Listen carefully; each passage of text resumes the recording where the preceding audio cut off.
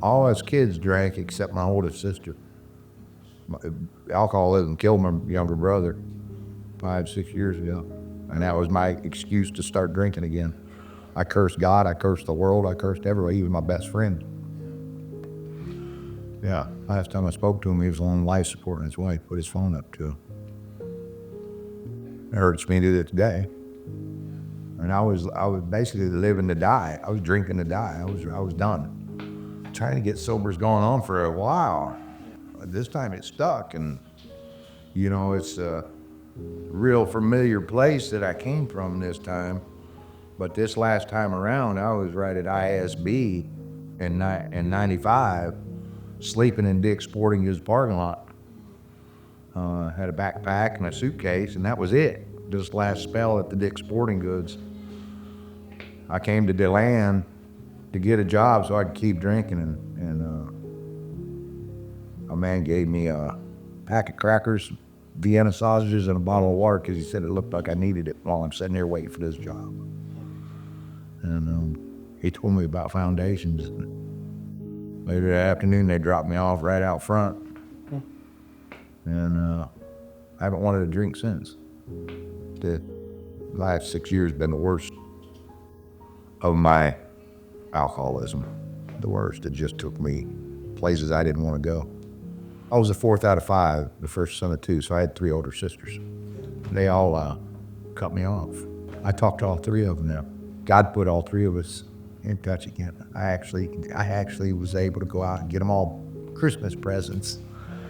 Yeah, and I haven't. I can cry over this. Ooh. They're happy tears. I want to do exactly what Step 12 teaches me. Having had a spiritual awakening as a result of these steps, I try to carry this message to alcoholics and practice these principles in all my affairs. I want to be guided by God. I want to be guided by these steps. I want to help other people. I want other people to feel what I feel right now. Yeah, that's what I want, because it's worth it. They say in AA that you got to walk over a lot of dead bodies to stay sober if you're going to have any time sober. And I've seen my share of people die. Me and an ex-girlfriend had a woman die in our bathroom. We woke up in the morning, couldn't open the door. And she was dead in our bathroom. I've had several friends that aren't with us no more. I don't want to be that guy, and I don't want to see other people go through it. This was my last stand. This was it. I wanted to die here. I was miserable.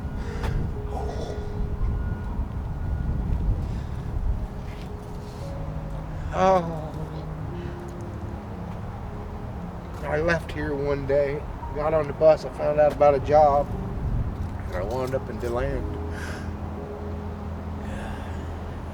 At the place of employment, and I stayed there all day, and somebody told me about foundations.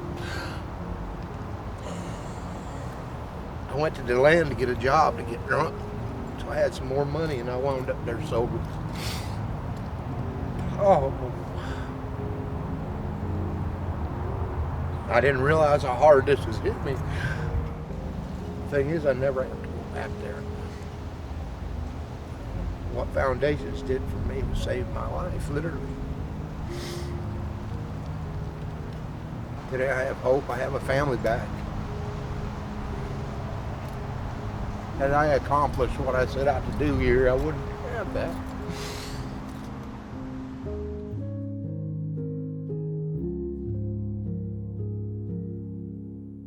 Coming up on 8 months.